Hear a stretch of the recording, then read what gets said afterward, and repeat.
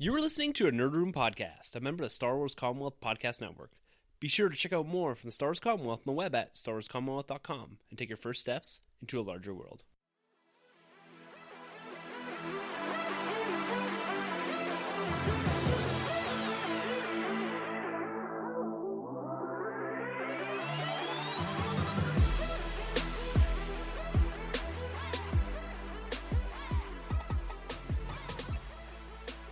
Hey everyone, and welcome to Nerd Room. We talk all things Star Wars, Marvel, and DC. This episode number 148, we're discussing Avengers Endgame, the brand new teaser trailer. I'm one of your hosts, Tim. I'm Troy. And I'm Roger. I mean, Sunjay. You did it. I sent that tweet out, and I said, because I'm always right. And then, damn, autocorrect said Roger for some reason. Yeah, because Roger. Take a Roger right here on the corner. Take a Roger and a Larry. Yeah, exactly. Yeah. So Grab said I had to say it, or else I don't want to upset the Grabs. Yeah, you got it in there. He's a fan, man. Yeah, man. He's a fan. I gotta give the fans what they want. Yeah. Gets the people going. Yes, it does. You know what else Evocative. gets the people going? This freaking Avengers trailer. Mm-hmm. Did something happen with Avengers this week? Oh my goodness, Sunjay. Let me tell you, this was one hell of an experience for myself. I woke up to it on my phone. Unbelievable. The first thing I did before I even rolled out of bed was watch this trailer 10, 12, 15 times. I can't wait to discuss this, guys, because this is one of my favorite MCU trailers ever. Like, period. The tone it sets, both at the start and at the end, it really gives me this confidence that this film is going to be unbelievably good. And we know nothing about it. Yeah. If someone came to you, say like, I don't know, Bill Gates or some billionaire, and said, Timothy, I'll give you $1 million on the stipulation you may never watch Avengers Endgame, would you take it? No. No? I can live my life without $1 million. I cannot live my life without watching this film. I can't live with that unconcluded story. The best would be that me and Troy would be talking about it the whole time, and Tim would never be able to see it. I wouldn't take the $1 million. Like, period. Like, I'm not even joking. Like, okay, what about 50 million? Yeah, okay. Like, that would, like, move the needle in my life. Like, $1 million would, too. I couldn't tell my wife. You turned out $1 million? But then it would probably be taxed, and then, you know what I mean? Like, Yeah. it's just, that's how good this trailer was for me. And we're going to get into all of that at the end of the episode, because we've got a whole bunch of other things to get through, too, including our Weekend Nerd. But we're also going to talk Star Wars. We haven't talked Star Wars in a minute. It's been a while, yeah. So there's some new comic books dropping that I want to discuss, as well as the potential for a Episode 9 trailer. We've got one of the biggest films, probably the biggest film of 2019. We've seen some footage from it. Now, maybe the runner-up to that. Now, I'm throwing down that gauntlet already, because we're going to get into it. But Episode 9, are we going to get a trailer? We're going to discuss that, maybe speculate a little bit on what a title could be. Picking up a little bit from the guys over at Tumbling Saber. They did a very similar exercise, so we're not going to try to trample all over that.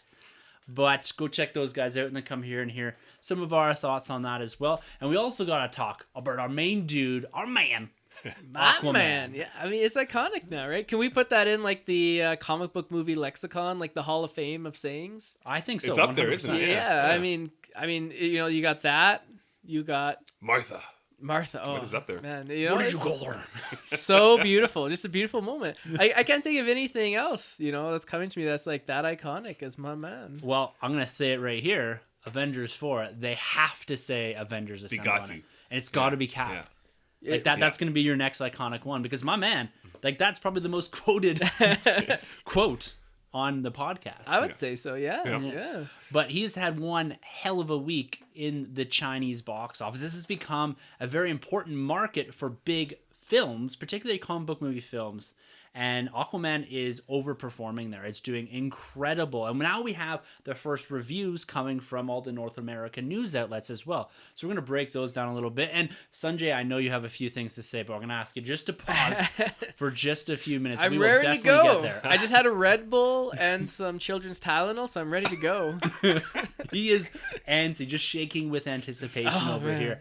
And we threw something a little bit here for our dude Troy as well. We got Spider-Man Yeah. stealth suit, the first reveal from CCXP in Sao Paulo, Brazil. So we're going to break that down a little bit, and we're going to get to our Knight's Question of the Month. So this is something that we've been doing within the Star Wars Commonwealth, and this month, Matthew Salvatore brings us our question of the month. We wanted to get this here and completed and answered because the next few weeks are going to be movie reviews, and then all of a sudden it's 2019. So we're going to answer that, and then we're going to hop into this Avengers 4 trailer. I did discuss it this past week with Mark Godsiff, so on his Patreon exclusive podcast.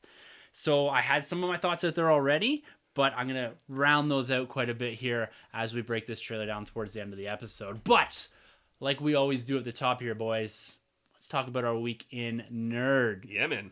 Trauma man. Yes, sir. I got nothing. Nothing. I got nothing this week. It's been pretty quiet. It's been really quiet. I haven't even picked up any comics. I'm still going through a bunch of my X-Men trades. So, yeah, guys, we're going to make it short and sweet here. I got 0. Okay. No, that's good. Give me more time to talk. Yeah, man. All you. Well, I haven't had much in the comics, but I did something really cool. I went to the special fan screening of Bumblebee Nice. on Saturday night. And let me tell you guys, I'm not the biggest Transformers fan. I like the animated film. I've only seen, I think, the first 2 or maybe the first 3 of the films. Yeah. I can't even First 2 remember. are awesome. First 2, yeah. First 2 for sure. Not the third one. I don't know, maybe. But definitely not the Wahlbergian ones. This Bumblebee movie, I came in, it wasn't even on my radar top 10 films of the year for terms of like nerd movies. I was like, okay, it might be kind of cool, maybe like a rental. I loved it. It was really good. The acting was good. It was a good story and special effects. Special effects were top notch, and the fight scenes that you love Transformers for, they were there. They had a little bit more heart to them. They toned down a little bit. Oh yeah, and you can actually follow the fighting a little bit better. I don't want to spoil too much, but there's a beginning scene that just blew me away. It's the Transformers, and it's like so Transformers animated series, and it's so cool. Like, it's really good. Yeah. Does it have the heart that it's promised, or that it seemingly has shown or displayed on the trailers? I say so. The one thing I think it had the heart. The one thing I will kind of knock it for is there's a contrived plot that at the end the main character has to do something that I'm like, that's like a 1 in a million chance that the main character has to do this thing at the end, and I was like, that's kind of contrived, but I overlooked it. Everything else was fantastic. It's like hitting bullseyes with your Womp Rat and your T16 through Beggar's Canyon. How's Haley Steinfeld? She's great. Yeah. She's great. And Nice. the girl's a star. Yeah, she's she a triple is. She's threat. fantastic, She yeah. can sing, she can act, she can sing act.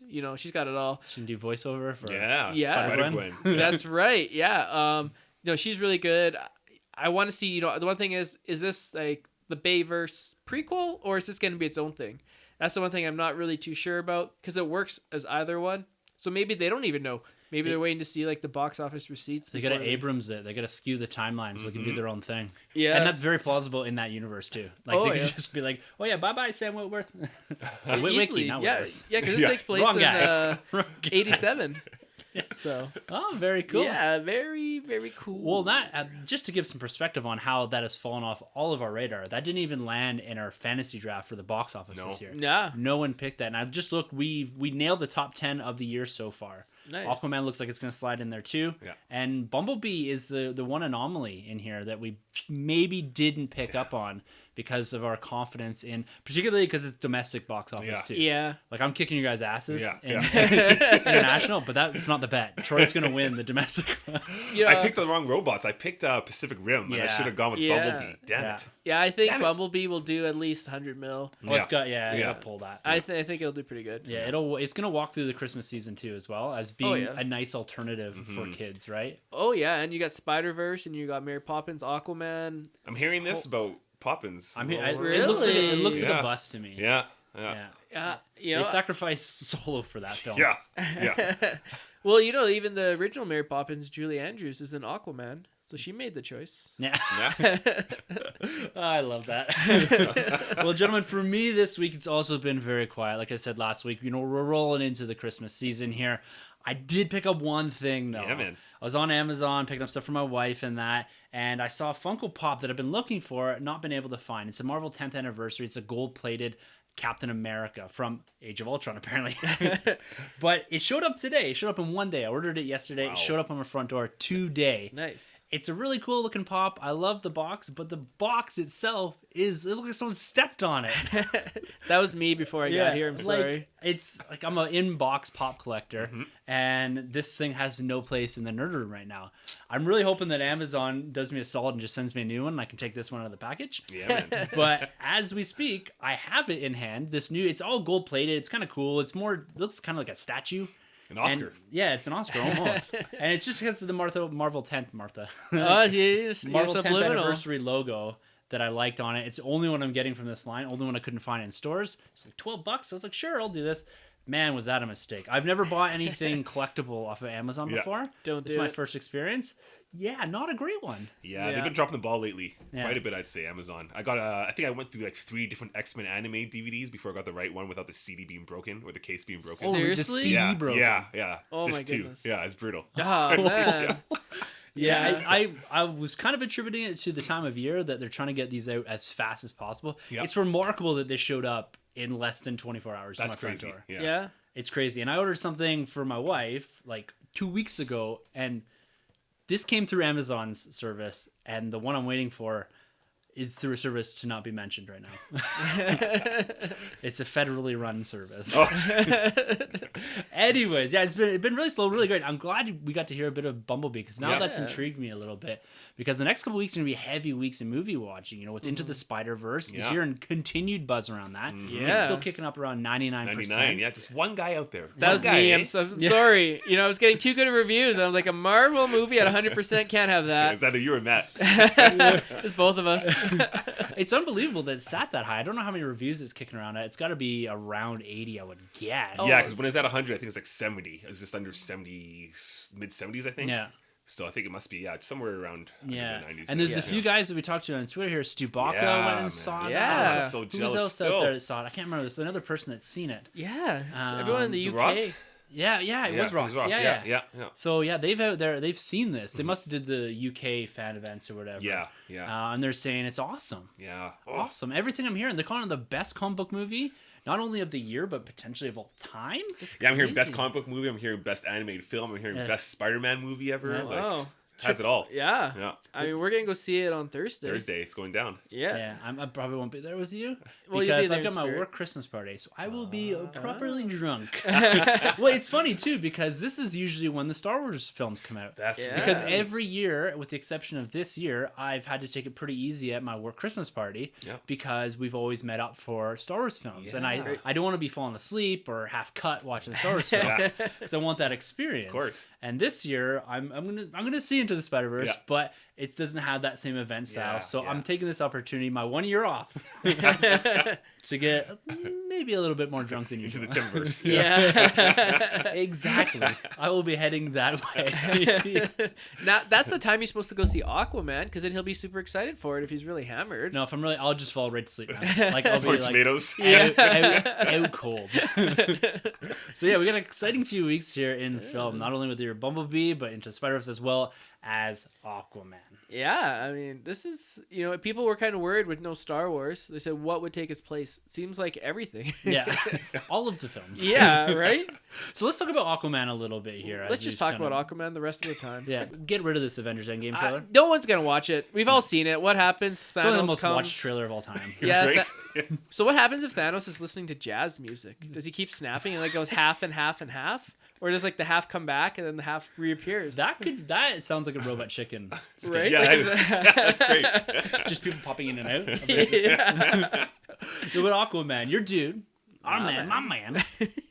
Box office, Chinese box office. This remarkably opened 2 weeks ahead of any of North America, and I believe it opens internationally this weekend in most foreign territories outside of Canada and the US. So this thing's getting a real big head start. And it's interesting because it's usually the Chinese that get the films a month later, 3 weeks later, whatever. So we usually see that tacked on, and rarely do they all open at the same time. But it's never really this far apart.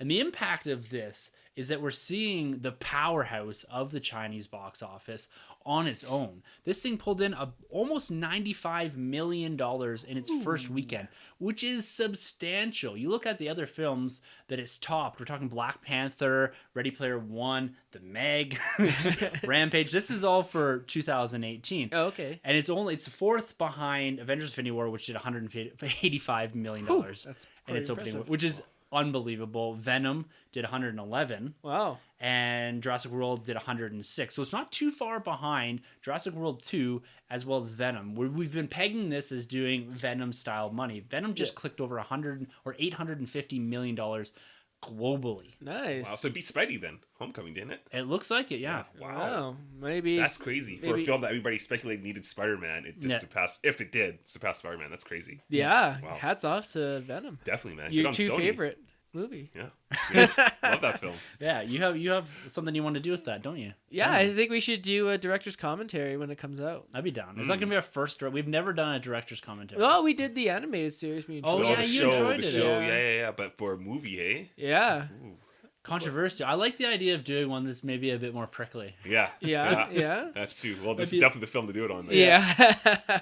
There's definitely a lot of debate about this film. There is, and you know what? It doesn't seem like there's a ton to debate though about Aquaman. Yeah. There's the negativity is out there, and I know you For and sure. Matthew are out there trying to quell that a little bit. Yeah. But their first reviews are in, so every comic book or nerd site or whatever, everywhere that reviews movies has got their reviews out, and I would say they do vary. They are mixed, but generally pointing towards the positive direction for the film of Aquaman. And it kind of goes back to some of the first Twitter reactions, right? It's really praising James Wan for taking risks. It's really praising Jason Momoa for being a wild, crazy man. And it's saying that, yes, it is a weird film, but it does really good things for both the character and the universe in general. Some of the more on the negative end is that it's overly ambitious, is some of the quotes I read. The plot does kind of weave around a little bit. That's to be expected. We're looking at Aquaman. This isn't, Iron Man 1. So I think in general, with this box office and with the reviews, we're looking on the positive side of things for Aquaman. Now, Sunjay, you're out there playing a little DC bingo. Oh, yeah. Some of the reviews I just laugh because every time a DC movie comes out, it's always the same stuff for some of the people. What is it? Bash Zack Snyder, say it saves the DCEU, needs more fun, or it is fun. I can't remember some of Plays the like a Marvel film. Plays like a Marvel. I've seen so many films or so many reviews comparing this to a Marvel film, but I've never seen any Marvel films compared to a DC film. They just let it stand on its own 2 feet. Comparing it to The Dark Knight, saying it's the best DC film since The Dark Knight. Since Wonder Woman. Since Wonder Woman, or saying it's it's not as good as The Dark Knight, but other than that, it's good. It's funny. You can't compare it to like one of the best comic book movie films of all time. I know, right? It's not quite The Dark Knight. Sometimes I feel like they do have to, sometimes I feel like DC does have to reach that bar, or else they're like, it's not as good as The Dark Knight. Trash. Yeah, it's a good time. Anytime we're discussing a DC film this far out of reviews and it still has that fresh tomato, it's exciting. I remember, surviving the Batman v Superman tomato reveal, Ooh. Suicide Squad tomato reveal. Which are both around 25%. And Aquaman's sitting That low currently now. at 75%. Yeah, Justice League 40%, which I was like, okay, 40% ain't bad. 40% now for Justice League, or at the time was it 40%? I think it's stayed around 40% the whole Yeah. time. That'll be interesting then, because I can't remember what BVS was at the time. 27. At the time? Yeah. Yes, I It's think it's that still low. 27. I remember when it Wow. started, it was like at 9% for a while, and then it jumped Yeah. up to 27. Well, it's interesting because I think Amazing Spider-Man 2 is horrible. I think it's a Yeah. horrible film, and even that started off at 79 and then it slowly trickled. I think it was released in the UK first and it went down, down, down. So I don't know. The Rotten Tomato score doesn't really mean anything to me at this point. Yeah. To show like an example of that, I was like, okay, where would this place it in the DC pantheon of films? And I think it would place it like 13th overall in terms of like all DC films ever. So I was like, okay, what is that between? It's between Superman Returns, a film that I don't really like, Yeah. and V for Vendetta, a film that I absolutely love.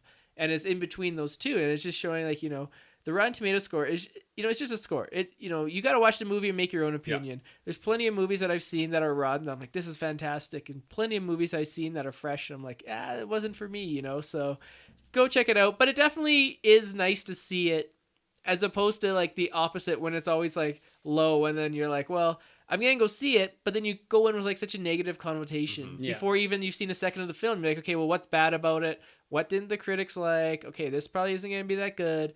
Then you go in, it doesn't mean anything, but I think it does kind of, skew your opinion at least before the movie begins. It definitely does. I can honestly say that since having the podcast, I go into films with different set of goggles on.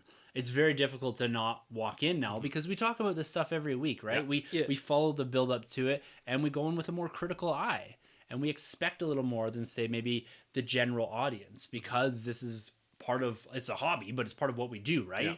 And so I find myself having a little harder time now separating my expectations from my critical eye. And sometimes I have to sit there and remind myself that first viewing has got to be consumption for myself, for personal pleasure. And maybe the second viewing or maybe a look back is when I start to be critical. Because if you go in with that critical eye, it's very hard to enjoy something. You're like, whoop, don't know about that. So that's why even in some of our reviews, I'll watch a film and I'll come in very positive. Yeah. And then as we break things down, I'm like, well, maybe that didn't make as much sense. Maybe they should have done that. So I like that experience is that going in and just with this, like you said, this fresh perception. Because critics do skew things. Like you can see it immediately in the box office numbers. If like you can see with Last Jedi, they made like billions of dollars, but maybe that's the wrong example. But you do see that reflected in like Solo, right? It didn't get that same praise that The Force Awakens did or Rogue One did, and that's reflected, right? And you go in and that dampens the expectations. Oh, I heard it's crap, so I'm probably not going to go see it. Yeah. Well, who did you hear it's crap from? Yeah. Right. Right. So you need to take a barometer of, or maybe a wider cross section of reviewers and say, Sunjay, Troy, and Tim. This is a pretty good cross section across comic book nerddom, I would say, where we have varying opinions on both ends of the spectrum. But I think we're objectively fair to films when we have to be or when we need to be, and we'll call things out. So I think what you're saying here is very much true for any film. Is go into it, make your own opinion, and then whatever everyone else is doing, I don't even. What's the point of critics? Right. I mean, it's just to make you see if you want to see it or not, I guess. So, but really, like, I guess it's to keep filmmakers honest. Yeah. To a degree. I guess. But like, just listen to the Nerd Room and you'll be fine. Exactly. Going back to the box office, so this is going to perform about maybe 200 to 250 million in China, and it's in run. So knowing that, so it's got 250 million, it's got that ace in the pocket. What does that do now to your expectations for Aquaman's domestic and worldwide box office? Because this thing was what, 160 million to say 160 million to 200 million budget. So probably needs to make what, 500, 600 million to be considered a hit. Do you think, do you raise your projections now before the year started? You're probably thinking, okay, Aquaman will make X amount. Now knowing that it's killing in China, are we going to raise it? Does it have to make 800 million now? Does it have to make 900 million? Does it have to make $1 billion even? Yeah, I don't know. I don't really take in consideration the Chinese market over there for this release over here. Just because it also works in reverse. Like if you look at Terminator blew over here, did extremely well over there. Yeah. So I don't know. We'll have to. It's hard to say because going back to Venom, I was like, "There's no way, Venom's going to do what it did," and it's a huge hit. So maybe taking that in consideration, it could do a little bit better than I thought it would. Yeah, and I don't even know if like the domestic box office is very important. Yeah, but if we're talking sequel, if we're talking making us money back, to a degree, the foreign box office is more important because you look at the split between Venom or any real superhero film, it's like 60% comes from the foreign markets, at least, and a huge chunk of that comes from China. Yeah. So this securing a sequel, I think we're almost a sure thing, especially with someone like Jason Momoa behind. He's been a riot to watch. Oh yeah, he was on SNL. SNL. He was great. He did an interview. I can't remember who with, and they're talking about the Snyder Cut. That's right. He's a fanboy like us. Yeah, and he was wants just it. like, well, can I say it? Yeah, PG-13. Fuck yeah, I want to see it. Yeah. It was hilarious. So this guy in itself, for me, he gets a sequel just for being Jason Momoa. I think you're gonna get one because it's gonna play, at least in my opinion, a lot like Venom. Yeah. It's gonna do that 200 million plus domestically. It's gonna play really well in the foreign market, especially some of these bigger ones like China and Japan, and it's gonna secure at least a foothold for the DC extended universe, and particularly for the character of Aquaman. I'm gonna. Sorry, go ahead. Oh no, so I was gonna say, so you guys both think we for sure will get a sequel for this film, you 100%, think? 100%. Even if it's like critically and audience wise received not very well, 100%. because that score could still go down a lot, right? Oh, for sure. Like, say it goes down even to 30%. Yeah. I still think we'll get a sequel. But at this stage with Rotten Tomatoes, I don't think you can drop, and I might be totally wrong, but if this thing is rocking 75% with X amount of reviewers, it's going to take a lot of very, very negative reviews to pull it sub 60, sub 65. Like, you need people coming in and rocking 30% Rotten Tomatoes. I don't know how the scoring system works, but they got to be on the really low end to drag that average down, right? So a lot of those reviews are probably somewhere between, say, 60 and 80, and you're averaging out maybe a bit more on the positive side. Right. But to pull that way down, it's got to get its ass kicked. And you've got some of the major reviewers that have already submitted for this. yeah. And so it's going to take a lot. So I would say maybe probably finishing in the high 60s is probably your most plausible outcome for this, which I think is fine. It's like we said before, Rotten Tomatoes it helps us in a degree take the temperature of the critics and maybe fans a bit. Yeah. Or viewers, maybe not even fans, I should say. And anything more than that, to me, it's not worth that much. Yeah, I mean, Ready Player One's been my favorite movie this year, and it's sitting at 74%. Wow. So, going back to the sequel question, yeah, I think so, because if you look at China, say it brings in 250, the very minimum I could see Aquaman doing in the U.S. over the holidays is 250. There is no way it's doing lower than 200 million. So let's just scratch that. Say it does 200 million. Yeah. 200 million plus 250 million in China, that's 450. Then you still got your overseas market. Say that does maybe like 250 again. So that's 700 million right there. 700 million, that's pretty good. That's a nice chunk of change. And what was the budget? 160 to 2. 160, Yeah. So, I mean, and that's the bare minimum. Realistically, I think this will crack $1 billion. I think with the China don't aces think in the so. pocket, I think so. So you got 250 in China, and you got say 300 million in the US. You in think Canada. so you think the US will do better than the Chinese market? I think so, yeah. Even if it does the same, that's still 500. It's got to probably do 400 million domestically I don't know. to get $1 billion. If you just take the generic split 60-40 Yeah. for foreign to domestic, Yeah. that's generally what you see for superhero films. Yeah. That 60 skewed towards the foreign market. Right. The only thing that's capped 400 this year is Fallen Kingdom, Domestic Incredibles 2, Infinity War, and Black Panther. Wonder Woman. And they're did all it. spaced out pretty well. Like, you got a bunch of other juggernauts that's competing with. Right. Yeah, that's true. But I mean, I wouldn't say that it's out of possibility. I think it is because all those movies, the superhero movies that make $1 billion, that do 400 million in the U.S., they don't make 200 million in China. They make about 100 million in China. Like Civil War, I think, did 100 mil. So you think about, okay, so this does 300 million in the U.S. and then 250 in China. That's 550 combined. Justice League did, I think, I was looking at this the other day, I think 350 outside of China and the U.S. There's no way Aquaman's going to do less than Justice League. I mean, Justice League was critically panned. Audiences didn't like it. DC fans didn't like it. So let's just say it does 350. That's 850 right there. I think we're going to be pleasantly surprised by this. I think it's going to come close. Jumanji made like 975. They have The Rock. They had The Rock. But we have Jason Momoa. And they have Kevin Hart. We have Amber Heard. Yeah. The first time on the screen, isn't it? He's a bit of a tarnished. So, okay, let us know. Do you guys think it's going to do $1 billion? Do you think it's going to do 800 million, 900, 600, 5, 4, 3? Are you asking us? No, the audience. It's a rhetorical question. Twitter gang, get at us. Yeah, Twitter gang, let us know. Who do Yeah. you side with? Okay, so let's say final prediction worldwide. I'll say $1 billion. Say 700. 700 from Tim. I was Troy. going to say 700, so I'll say... 701. I'll say, 701. I'll say high six. High sixes? Yeah. Okay, let us know, gang, who you agree with. And the winner of all three of us will win a prize. I don't know. Just because I feel like, sometimes I don't want to say luck out, but sometimes you cash big in the Chinese market. Yeah. When you do kind of bad domestically. I kind of feel like they hit a home run right off the bat in the Chinese market, but right now it could possibly fizzle down.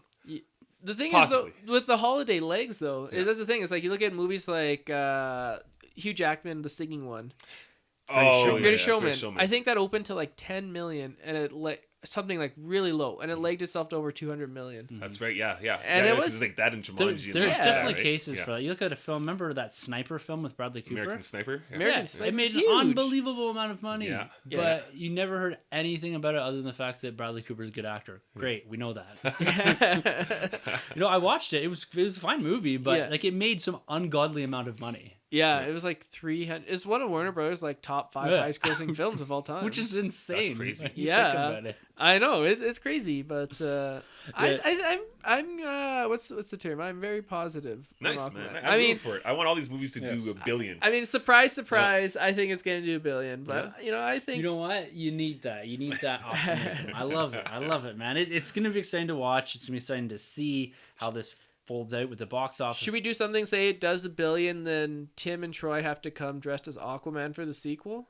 Sure. All right, Tim's and Troy. Are you gonna come as Aqualad? Oh man, that's funny. Yeah, sure. All right, you guys heard it here. Just think of the blonde hair. Okay. Episode. I don't know how good that'll go with you. Episode 148. The Aqualad gauntlet's doesn't been have laid one. down. I All don't right. know. Well, we're throwing it down. All right. So we got it, guys. Okay, when it makes $1 billion, so whoever's a billionaire out there watching, just throw us some money, buy out empty theaters, so that we get this to $1 billion. There it is. All right, guys. Let's switch sides here. Let's go over to maybe not so much Marvel. That was on the wrong transition, but let's talk about some Star Wars here. Yes. It's been a while, like I said, Yeah. been a minute, but there's this new Vader comic book series dropping into the Star Wars universe, and it's taking the place of Chuck Wendig's canceled series. And that was canceled because he got fired because of some of his actions on social media, which is fine. We've talked Seems to about be it a in the thing these past. days. Yeah. Yeah. Kevin Hart got taken down the other day James Gunn, too. Yeah, James Gunn. Yeah. everyone. But this new series coming is called Star Wars Vader Dark Visions, which is kind of an interesting title. Like it's seemingly along the same vein as what we were getting before. Now, coming right from StarWars.com, this is really weird. Writer Dennis Hopeless. It's a weird name. Invites you to experience an all-new twisted adventures of the Dark Lord with artists Paolo Viglianti. Yeah, butchered that. He did Star Wars Lando Double or Nothing.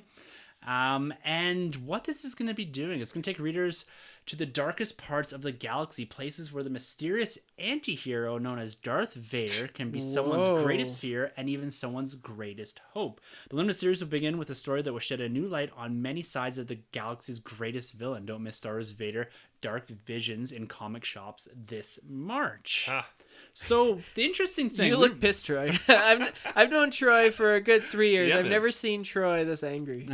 Anti-hero for Darth Vader makes no sense. What are they talking? Like, you think of like Afra, you think of Solo at one point, you think of, I don't know, there's quite a bit of different people out there. Maybe even, there's a bunch of different people, but Darth Vader as an anti-hero, like, that just doesn't make any sense. He's never been referred to that ever. in Star Wars. No.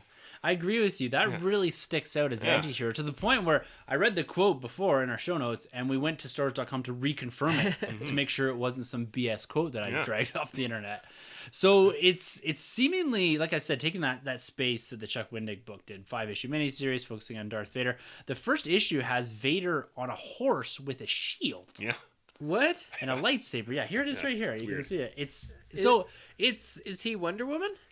or something. I always Captain like America a good shield? Is that a star on it? It's the Imperial or the Emperor's the Empire symbol there. I'm intrigued by it, that's for sure. But I don't know where it's going. There's two elements here: the anti-hero thing and this cover that Vader on a horse. Yeah. Seems a bit odd to me. Really weird. And the anti-hero, like when you say that, you hear Venom, Deadpool, when we're talking about comic books and that. I don't know. It doesn't fit someone that slaughters people the way that Vader does. It takes away from some of that villainy, right? Like we Especially don't. what Charles Soule built up. Yeah. Yeah. We don't want Vader to be an anti-hero. No. At all. No. So it's for me, this is a wait and see. You know, like I said, I like any Vader story, but are they taking too many liberties with a character like this and maybe trying to twist it as far as him being some sort of anti-hero. It seems It's, odd. it's kind of weird. And when does this come out? 2019? March, yeah. Sometime? So I kind of like wanted like a little bit of a break. Yeah. Like as much as I love Charles Soule's run, and even the run before in 2015 that Yeah, one? I think so. 2015, 2016.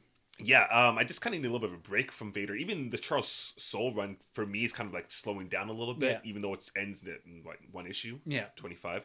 But this is kind of different. Are they using Wendig's script at all? No, or- my guess is they've chucked that all out. Yeah, Yeah. they So they're chuck starting from Wendig scratch. stuff out, yeah. Like I said, I think it's going to take a very similar place, like focusing on Vader, telling different stories than Yeah. we've seen from Vader before. Yeah. And I think Wendig's series was about looking at different characters and how Vader, shadows of Vader, Right. how Vader affected them. Right. And this may be very similar, but maybe a bit more focused on the presence of Vader, as opposed to the Right. other book looked like it was more around the absence of Vader and the effects of his what he was doing, so the consequences felt by him slaughtering people or doing Yeah. this, doing that. So yeah, it's I keep saying interesting, but Yeah. that's the best word I have for it. It was Wendig that did the annual Vader too, wasn't it? With like Yeah. the Rogue One kind of. Yeah. Oh, that was great. Yeah. That was an awesome little run there. Yeah, I don't know about this one. I might have to chill out and see. Maybe I'll get this in a trade because it's 5 issues. Yeah. So I might just do that. Trade size. Yeah. Yeah. Interesting. And we had a couple new comics drop actually this past week. One, sorry, I should say last week, and one this week dropping this Wednesday. That would have been yesterday for those listening right now. And it's the start of this maxi series, 28 or 30 issue maxi series. And it's this Age of Republic is what we're kicking off here. We got Qui-Gon last week, and we got Darth Maul dropping this week. Did you pick those up, or are you going to pick those up? I am going to pick them up. Yeah. I love the prequels, so I'll definitely pick up those ones. Yeah. I've heard some things about the Qui-Gon. Yeah. But yeah, I'll pick it up. Yeah, I haven't quite got there yet either. I haven't made it to the shop, but I'm definitely getting into this maxi series. I like these one-shot ideas.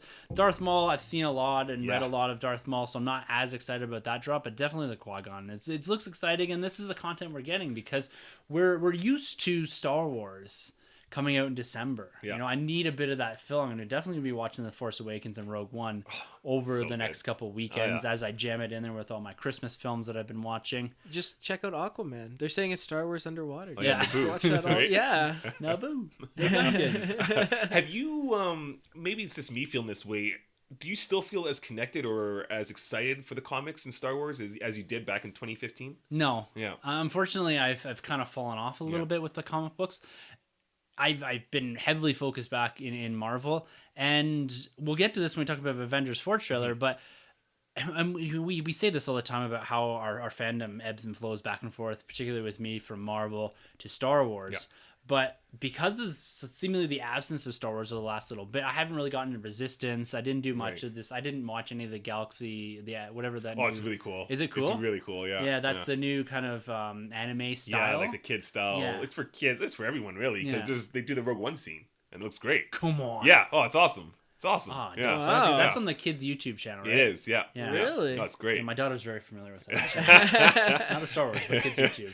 And they use like the original voices too. They do some really cool stuff. It's funny. My daughter and I were laughing at the Chewie and Han on the Millennium Falcon. Like, there's some great stuff on there. Nice. Yeah, Okay, it's we'll have to definitely get worth into checking out. that. Yeah. Very cool, Yeah. very cool. But anyways, I find that my fandom has been cooled a little bit, and collecting's been a bit slower. I haven't got into that too much. But Marvel, with what they're doing with Captain Marvel, Avengers 4, they just announced this new Black Panther Legends. Well, they announced it before, but it looks like it's hitting shelves now. Nice. With Cool. all the Black Panthers, so you're getting T'Chaka and a couple new Black Panthers. Yeah, they look good. They look really good. So a lot of my focus has been on Marvel, and you can even look at the episodes from the past couple of weeks. It's been Marvel or DC. We've been flipping back and forth because there's not a lot going on right now in Star Wars. This is when we're usually ramping up to a film, and not having that has kind of given me this kind of it's just void in Star Wars for me. And like going back to the comic books, yeah, I'm not super into them, right? Yeah. I haven't finished Land of Double or Nothing. I'm kind of excited about this maxi series because they're one shots and not too much time commitment.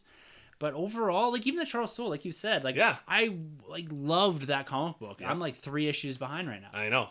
Yeah, I think I'm on 23 right now. Yeah. So yeah, like are you feeling the same way? Feeling the same way. Yeah. But it's kind of crazy with Star Wars because even when they're not hitting you with Star Wars, it all feeds into Star Wars. And when I say that is what I mean is that the anticipation builds. So when you have that void, it just builds to the next one. It's weird how it works. It might be good though, right? Yeah, Like exactly. we might need this as fans, is to take a break. We spent the last 3 years just immersed in Star Wars and also the MCU. But I find with the MCU, like it's easier for me to take a break from it. Yeah. Like I can put that on pause for a couple of weeks and I don't feel like I'm missing, because maybe it's the content, right? Star Wars is seemingly we've got content coming at us all the time, and it's one universe. I always feel like I'm behind in Star Wars. With the MCU, because it's really just the films, I never feel like I'm behind on anything. Yeah.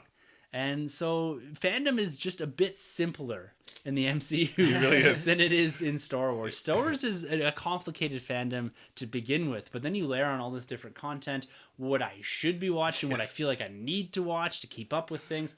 So yeah, I find sometimes I stress out a bit by Star Wars fandom. Well, I mean, speaking for myself as a DC guy, I mean, we had Justice League, and then we haven't had anything for over a year till Aquaman. And I think you can tell by the anticipation of Aquaman. Yeah.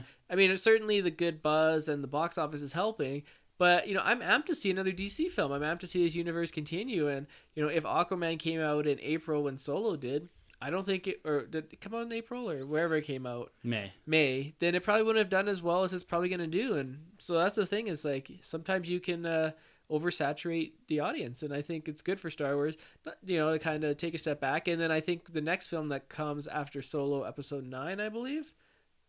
Yeah. Yeah. No. No? There's nothing announced really after. We have no Just got firm Mandalorian. date. No, sorry. So like between Solo, so it'll be Solo, and then when episode 9 comes out, yeah. that's going to be an event film again. Exactly, a year and a half, right? Yeah. We had a year and a half off, which is kind of nice. Yeah. You know, I'm never going to leave this universe, but it's okay to take a pause sometimes. For sure. And that's what I feel like I'm doing right now.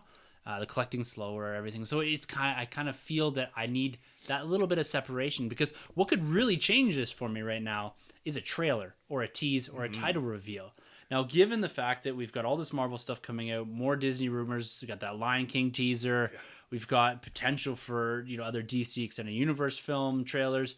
Do you guys think we're going to get a Star Wars Episode 9 title reveal, teaser, or both before the end of the year? Or do you think it's, let's just pump our brakes and wait until early part of next year and really start to amp up fandom? Ooh, that's a tough one. If anything, maybe a title reveal. Trailer or tease, I'm thinking Super Bowl. Yeah. Probably. Okay, yeah. I would go with the Super Bowl. I mean, Han Solo was received pretty well. That's pretty cool when it dropped. It's just too little too late at that point. Whereas for this film, I think it would make a lot of sense. But maybe a title, I don't know about a title reveal yet. That's tough. Maybe December, late December. Yeah. Yeah, nah, nothing this year. Nothing until, there's no title reveal, no nothing like that. Yeah. It's just, there's so much other things like going on. I don't think Star Wars would just pop it out. It's going to be like an event. You know what I mean? Like Avengers 4, the title reveal was an event. So this will be an event as well. Yeah, I kind of side with you guys there. I don't think we're going to get anything this year. Like we were talking just there, I think they need time for fandom to build anticipation for this film. We know that JJ is at work doing his thing. And for me, I kind of just want them to sit out the rest of the year. Yeah. And then really come at us with a nice teaser, really short 30-second teaser, and a title reveal. You know, some voiceover. Maybe you get Kylo lighting up the saber with this new mask we're hearing about, and then the title reveal. I don't need more than that, because you guys got to think, like, you got Super Bowl, but we also got Celebration in March or in April. Is it April? Yeah, April. So that's probably when they're going to hit us really hard with a big trailer. But let's leave this. Let fandom just cool off a little bit and give us something really big where it's focus on Star Wars. Like, we even were talking about how if we had gotten a Far From Home trailer on top of a Captain Marvel and Avengers, that's just too much. It's like you're burying yourself and the content for viewers. You're trying to divide not really, it's just trailers, I guess, but you want people to have time to think about these things, to focus on them, to get re-engaged with the universe. And if you throw a Star Wars trailer out in the next 2 weeks, you're competing with Aquaman, you're competing with already the Avengers 4 trailer, and people are already asking for another one. So you got to give fandom, because there's a lot of crossover here, right? You got to give people time to just simmer, cool down. And I think they just got to play this right. Like, we don't want too much and just forget about this. Well, they just got to show us just a little bit. We'll come from the Marvel side, because everybody's going to go see Infinity War. Well, Endgame. Like, we got all of our money already. Just give us a little bit of stuff. Exactly what they did with this trailer. Right? Yeah, definitely. So it's going to be exciting. Any thoughts on the title? For episode 9? Yeah. The Littlest Jedi. Fallen Republic? Fallen Shadows Republic? of the Republic. Shadows Kind of a I spin kinda on like Shadows that. of the Empire. Yeah. Yeah. Okay. Ooh, Yeah. I like that. Yeah, we'll go with that for now. Yeah. Yeah. What do you got? How about Legacy of the Force? Legacy of the Force. Yeah, bring it back to the Force. I need more Force. Yeah. Yeah. One that was kind of got some traction earlier on was a New Order. Oh. So the thing I like about New Order is it could apply to the Jedi, it could Yeah. apply to the First Order, so there's a Right. bit of duality there. Could And the other one apply I to got, the NWO. yeah. Wolfpack. Yeah. The other one I got, I'm stealing this directly from our dude Mark Godseff, Yeah, who man. he guessed Avengers Endgame like got that. 3 months ago. He even made a Nice. T-shirt. Really? That's But- ballsy. Yeah, but his pull on this is that it's a spark of hope. Star Wars Oh. Episode 9, Spark of Hope. Yeah, I think that was it. I hope that was it. Okay. That's just Bringing the hope back. Yeah, That's Yeah. just like when he sparks up a joint, a spark of hope. yeah. I hope this lights. Yeah, so I don't know. What do you guys think out there? Like, what could be the title? Like I said, Tumbling Saber took a few good cracks at this, and actually, if you go and listen to Carlos's from Yeah. this week's podcast, some of them are hilarious. I'm not gonna ruin any of them because his delivery is impeccable. But go check out Tumbling Saber this Nice. week and listen to their section on this because it's quite funny, and Nice. we just can't match that. All right, guys. Before we get into the question of the month, the ninth question of the month, we got one more news topic to discuss here, and it comes from CCXP, Comic-Con Experience 2018. So we've seen some of these foreign cons prominently feature some studios, and we get some big reveals that we're more used to getting them at like San Diego Comic-Con, New York Comic-Con, some things that are a bit more stateside. But these bigger foreign cons are taking a bigger role in making reveals. And there's rumors that we discussed last week about getting a Far From Home trailer this Saturday at the Sony panel at CCXP. It turns out that wasn't the case. There was rumors it was happening, and then all of a sudden it was delayed for whatever reason. Maybe the fact that the Avengers trailer was pushed so much. There's still at least some discussion, and I'm kind of still for this, that we're going to see it in front of Spider-Man Into the Spider-Verse in some capacity, so maybe dropping Wednesday or something. Oh. Yeah, I hope can so. see it. But we got our first look at some costumes. So we've already seen the black and red one. Tom Holland debuted that on Jimmy Kimmel a few months ago, Right. or a month or so ago. But one that we've only ever seen in leaked set photos was the Spider-Man stealth suit.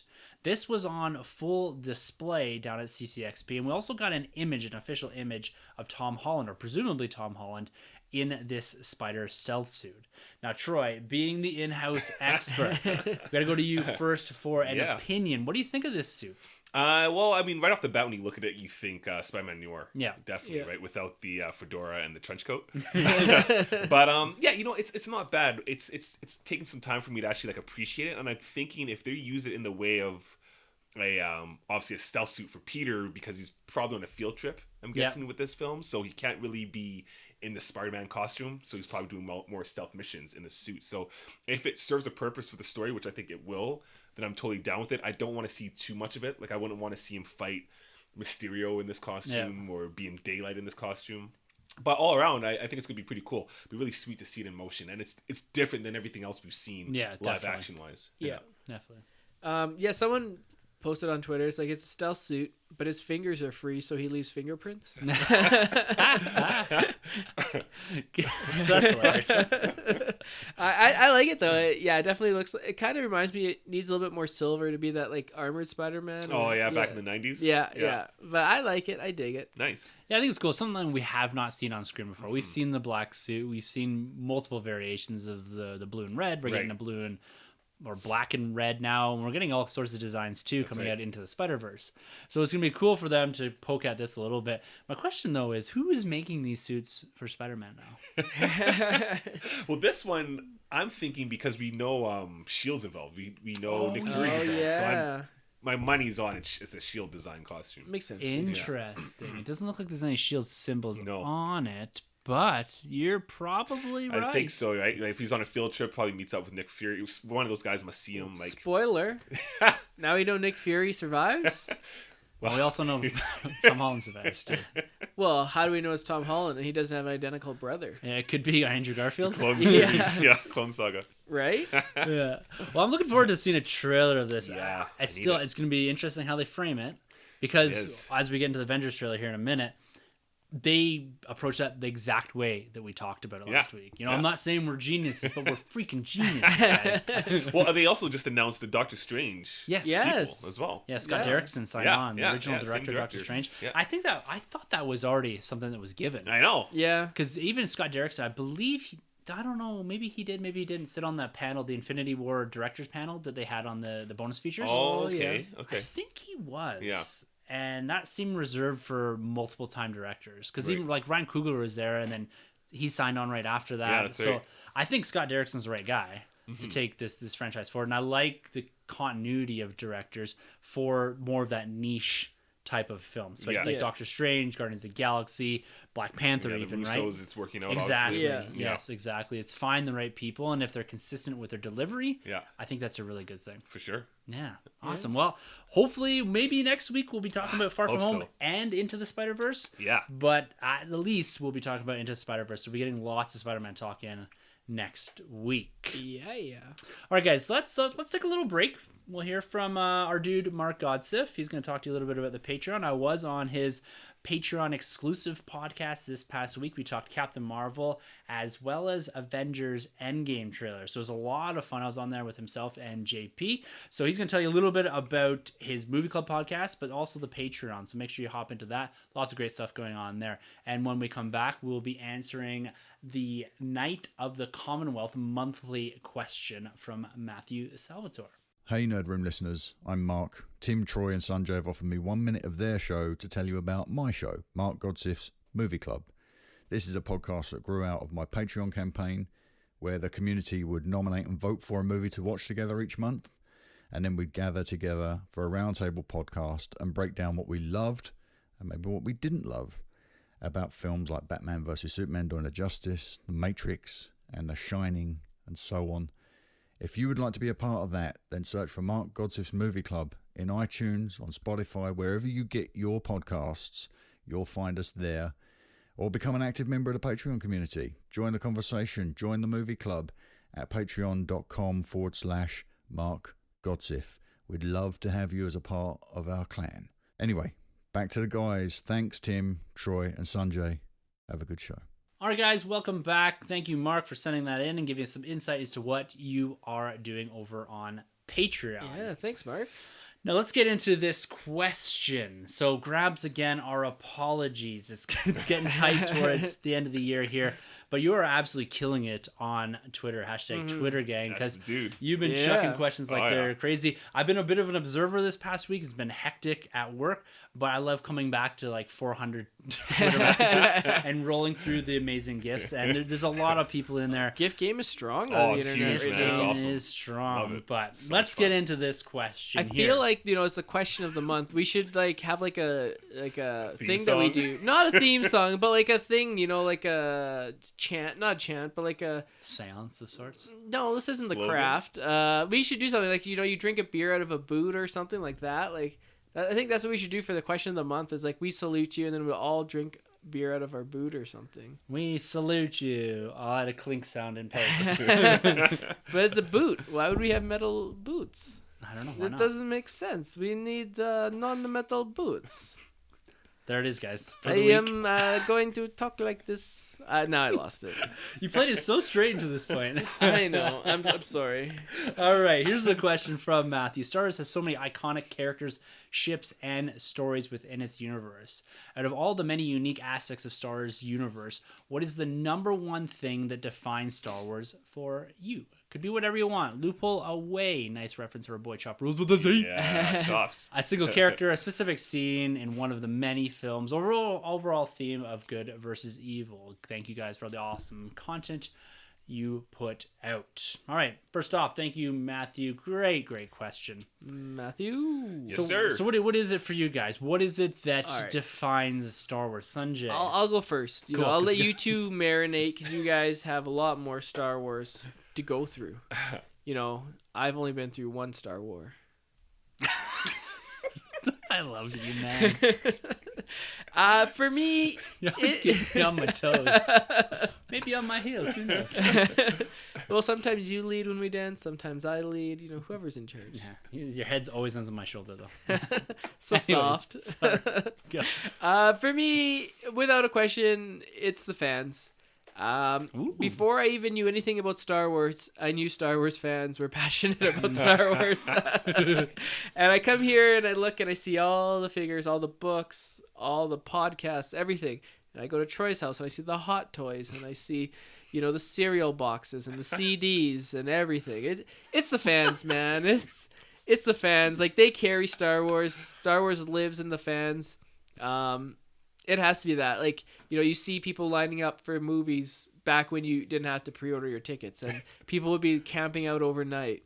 And it's something that you don't really see out of any other movie franchise, especially at that time. And, you know, you see people who, like, have one last wish, and their last wish was to, like, see, like, The Last Jedi, or to see Force Awakens and stuff like that. It's a beautiful fandom, and I know sometimes it can get a little bit heated, but it is passionate, and passionate people have opinions, and I respect that, and I respect the fandom of Star Wars. So that's what Star Wars is to me. Very touching, Nice. Sanjay. Yeah, I didn't see that coming. That's a good one. Oh, Good thank call you, on the thank fans. you. Yeah. Sanjay, You can't, just you laying can't, it down. you I'm can't steal speechless. that. You two can't steal No, that man, now. I You can't be wasn't like, going that direction. mine was the fans, and then like Tim in post puts his above mine and says like, Sunjay copied me. Like, I don't know what he's talking about. I'm sitting down here by myself, putting phrases in so I can drop them in. Yeah. What are you thinking, man? You got something in mind? As a kid, I've always gone to the lightsabers. For me, it's always been the Jedi. It's always been the Sith. Obviously, the Sith weren't really known when the first ones came out. It wasn't until the prequels, but I'm a prequel guy. So, yeah, I go with the Jedis. And, you know, as bad as Attack of the Clones was, I've always loved the fact that was the film where we saw all the Jedis live action, not Clone Wars, but live action Attack of the Clones. I love seeing all those Jedis together.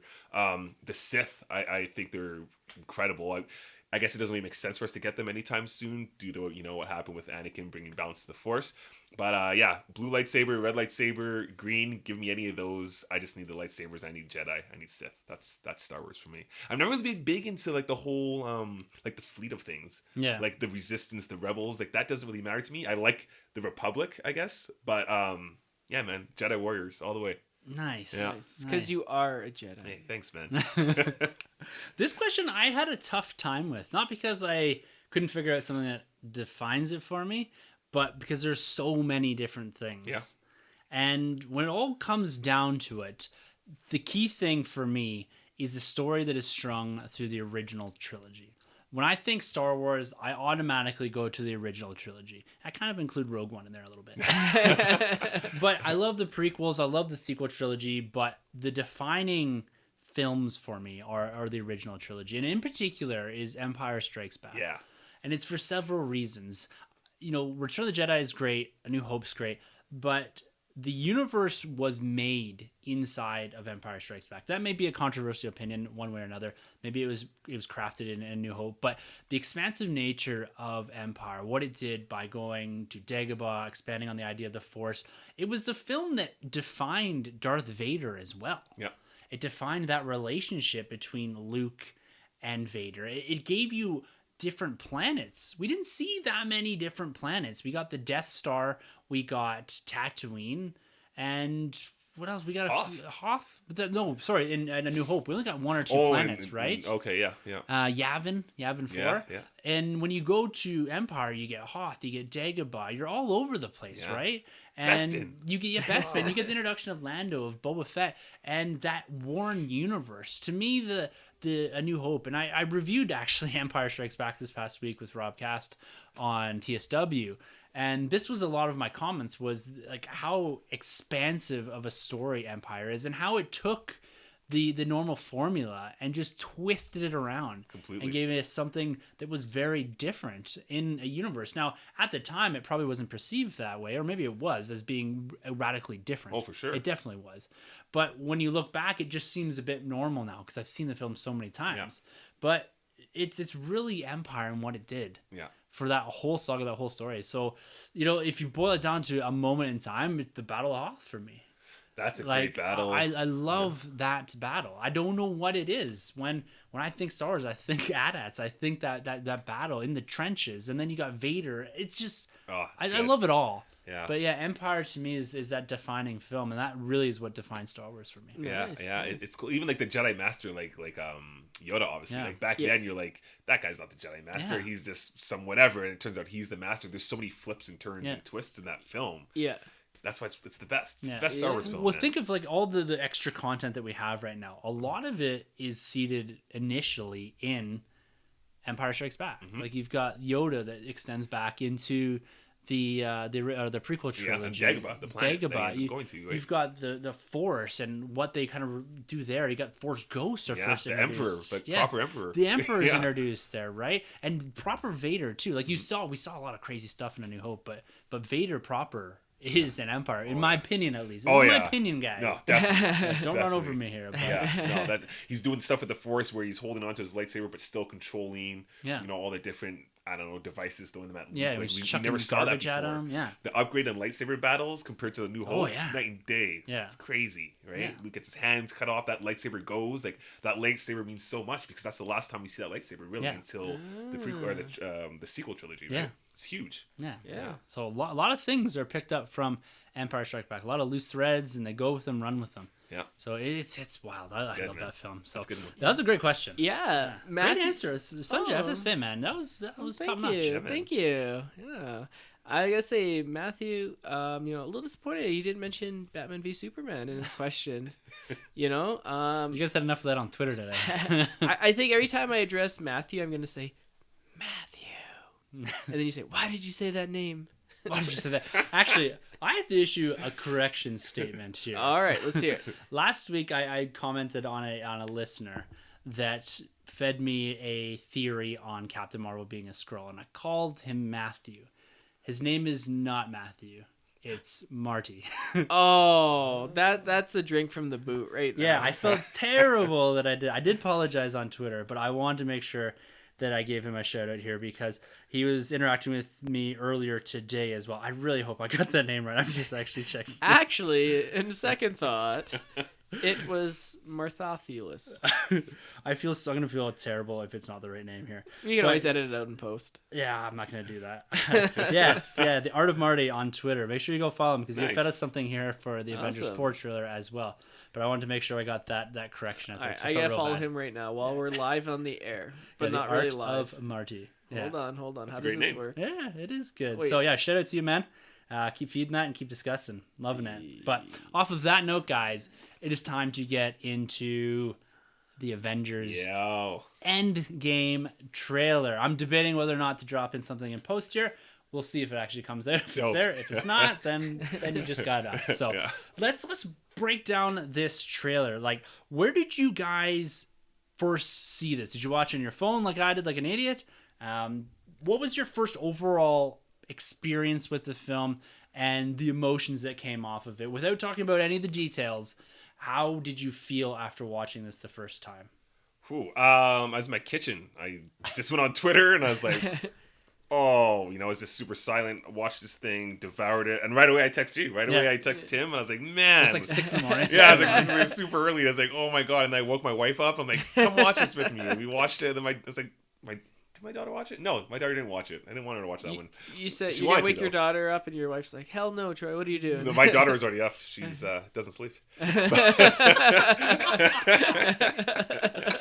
But yeah, man, I was blown away. I've been much like you, Sunjay, with my biggest problem going into the MCU early. I always wanted that serious tone because it's always been so jokey and playful, and I've grown to like appreciate it and adapt to it. Yeah. But I've always wanted this tone from an MCU film Yeah. because I get this in the comics, and this hit me hard. We're gonna get into it obviously, but the color palette throughout the whole trailer too is like nothing we've seen before, especially from the Russos or coming off of a Guardians film, right? Love this trailer. Yeah. Yeah, the first time I saw this, 6 a.m. in Troy's kitchen. He didn't know I was there. I was peeping over his shoulder, dressed as a houseplant, and Christmas tree. yeah. That's me, Sunday. Why is our Christmas tree so brown and lumpy? Why does it just keep saying, I'm a Christmas tree? Thoughts, feelings. Thoughts, feelings. I saw this at work in the morning, and my first thought was, holy shit, this is good. Yeah, blown away, goosebumps. Like, this thing is unreal. I can't wait to watch this. I can't wait to watch it again, and I can't wait to buy the Steelbook, and then I can't wait to buy like the European Steelbook because it'll be slightly different. This is, Joker and Shazam are like pretty anticipated movies for me for next year, but this might be number one. Like this is killer right now. I'm so hyped for this film. This looks amazing. Yeah, this struck a serious chord with me. I would consider myself an ultimate MCU fan. I love almost everything they've done. There's a few missteps in there that we've poked out a little bit in the past, but this film in particular, my fear going into this was always that how does Avengers 4 live up to Infinity War?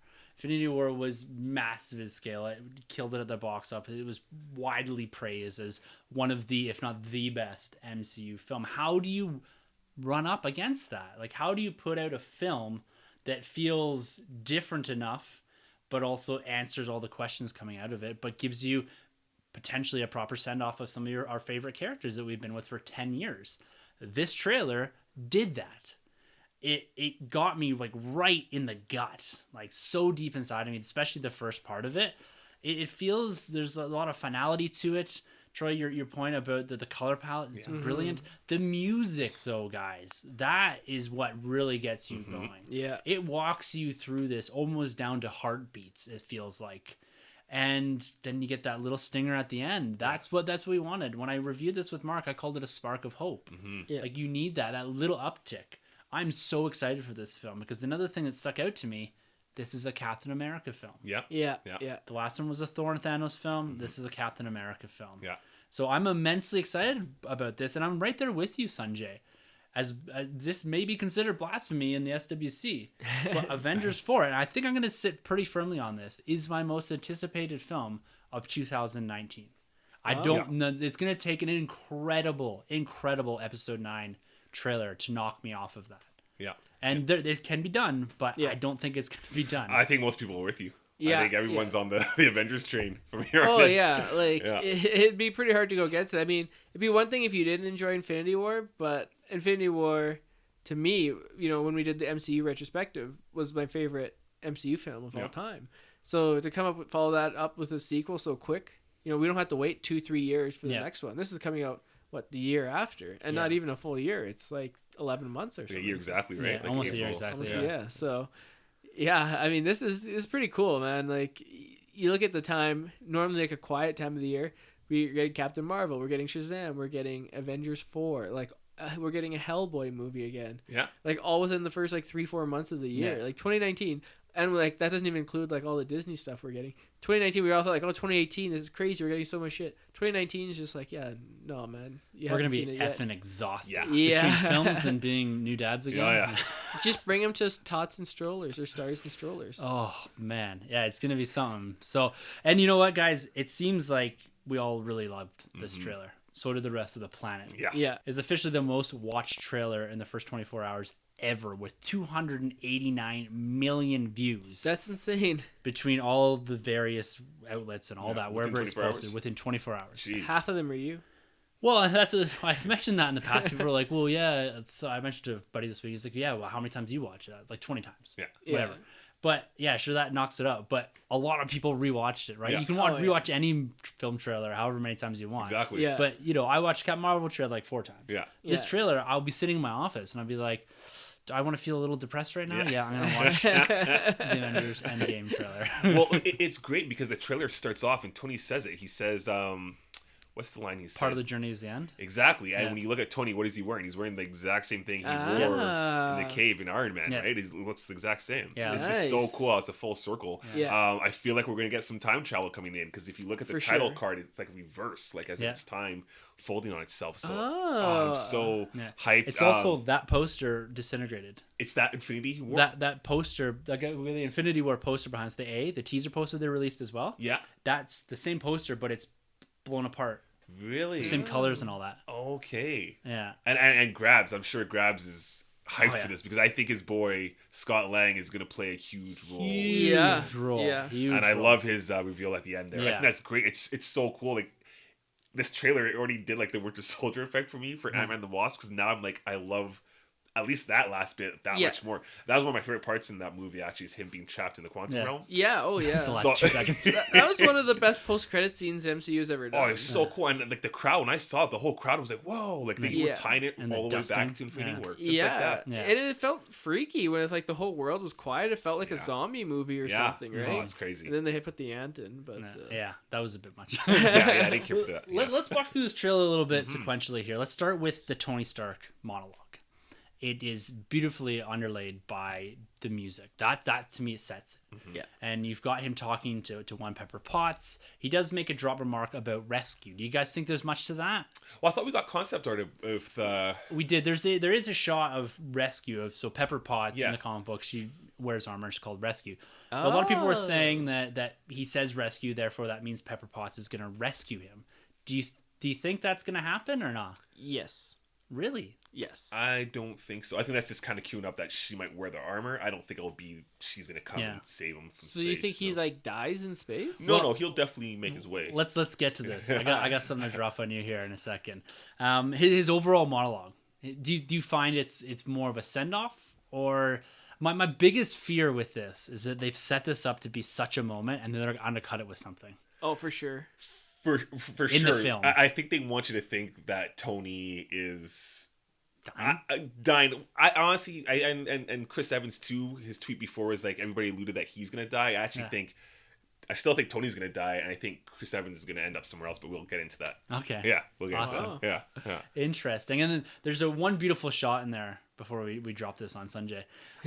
You've got I can't remember what it's called, the Benatar? The guardianship, the Yeah. other guardianship, Yeah, right? the newest one, and it's floating through space. It's got like that nebula in the background, and to me, when I look at that, I see like Phoenix, like a bird floating through Oh space. yeah, for sure. Yeah, Yeah, It yeah, is yeah. a gorgeous shot. Yeah. Yeah. Absolutely love it. But when you get towards the end of Iron Man, Tony Stark's little monologue here, the music slows down. And if you're listening to it with headphones on, it's hard to hear if you're just listening to a computer. okay. You get right down to boot doo, boot doo. A heartbeat. It's heartbeat. Ah. It's I don't know if it's on purpose. It must be. But to me, it's so cool when you're in the moment with big headphones on. Right. Yeah. You get down, and to me, I'm like, are they counting down here? Because when I reviewed this with Mark, his biggest theory, and I said I don't agree with it, but it really gets the wheel spinning. He thinks Tony Stark is going to die at the start of this film. But the important piece is that Tony Stark will come back, but they're going to pluck him out of a different timeline. Right. Oh, I can totally see that. So, okay. so Yeah. actually, Yeah. the Tony we know and we've grown with since 2008, that character is going to die on that ship Okay. in that moment. Because there is a moment in the scene later on where you see Nebula's hand on someone's shoulder. Right. And presumably that's Tony Stark's because Nebula's on that ship. There's Yeah, they have to be together. There's a Right. quick scene, a clip scene of her, and you get the big lens flare. But she's on that ship, presumably with That's him what as I would well. have thought. Yeah. Couldn't he eat her? Maybe. I mean, if he's running out of food, He'd have to fight her, and I don't it think turned into a live. What do you think's happened to his armor? Because it's all nanos, right? They should all theoretically still be there, but Yeah. all he seems to have is just the helmet left. Well, at the end of Infinity War, remember it looked like it was a finite amount of nanos. Yeah. And it looked like the stuff that wasn't healing, he'd basically run out of nanos. Oh. So my okay, guess yeah. is that chest piece is still harboring some of them, but he Right. doesn't have a full suit anymore. Right. So it's not like he can just take off into space and just whip out and say, "I'm gonna fly here." Right. Yeah. So, but do you guys think he's gonna die? And if you don't, how do you think he's getting this, and how do you think he's gonna get rescued? I think he's 100% going to die, Tony. Yeah. Wow. Tony. In this scene though? Oh, in this scene? Yeah. Well, shoot, after hearing that theory, I think so. That's a good theory. In this, I would be blown away if they did, because that's kind of like setting the tone when Yeah. Loki bit it Yeah. right off the bat. Oh, man. I don't know. I'm going to say no, because this Tony still has to see Steve. Yes. That's the only reason why. This Oh. Tony and our Steve, they still have to talk. Yeah. If Steve runs into like an alternate Tony, it just won't quite cut it. Yeah. You know what I mean? So that's What- the only thing that's kind of keeping me off that. What if Steve sees Tony and Tony's like, "I saved that last dance for you," and they play the music and then those two start dancing. Way to undercut the whole. Do you think he's gonna die though? No. How do you think he's getting out of it? Pepper. Pepper? Salt and pepper is gonna save him. Okay. Yeah. I'm more aligned with you, Troy. Yeah. I think that story-wise, it would be very traumatic for the audience for him to die in the first 10 minutes of the film. It's a bit contrived to see someone like, at least for me, from my perspective, someone like Pepper save him. Yeah. There's got to be something else out there. But I agree with you. This reunion of Stark and Steve Rogers has to happen in this film. It has to happen to give some closure to all of that. And I don't want that. And I don't like using the word robbed because I don't think that's the right word. There's a reason that if he does die in that scene, that it happens. It may not just be for shock value, but for him to die and then them revive him later on in some capacity while reversing the universe, it feels a bit like we're trying to have our cake and eat it too. Yeah. Superman the movie. Yeah, well, yeah, there you go. So I don't think he dies. I don't really have a great opinion on how he gets out of here. Right. But it has to do something because the red herring for me is Nebula on that ship. Yeah. You've got the Ravengers are still out there, at least half of them probably. Yeah. You've got Korg and Valkyrie that are kicking around too. So Captain Marvel's potential as well. Oh, that'd be good. Yeah. So I don't think the first part of the film is the right place, at least from a story perspective, to say goodbye to Tony. Right. I like what they're doing here though, because when we talked last week, we're like, you don't need to show us anything. No quantum suits, no fighting, nothing. Show us how they're dealing. Yeah. And that's exactly what we got. We've got Thor sitting in the corner. Yeah. No words. We've got Tony Stark giving a goodbye. We've got Steve Rogers crying. Yeah. Like, they do a lot in the first part of this trailer to tell you that the world is still reeling from the events. Now, a lot of it feels like it's right after Infinity War. Yes. Do you think we're going to get an opening spot where we see all the characters reacting in a certain way? Pause, jump? Oh yeah. That makes sense. That'd be pretty cool. Just see like the immediate aftermath, Yeah. like planes crashing and like them just like what's happened. Oh, okay. Yeah. Because I Yeah. think we'll definitely get it. Because obviously time's passed because Paul Rudd's character Yeah. Yeah. Because where's Ant-Man the Wasp again? That takes place... San Francisco. Yeah, so obviously he drove He's there driven, to see yeah. the van. So it's Yeah. obviously like a week. Yeah. at least. Less traffic.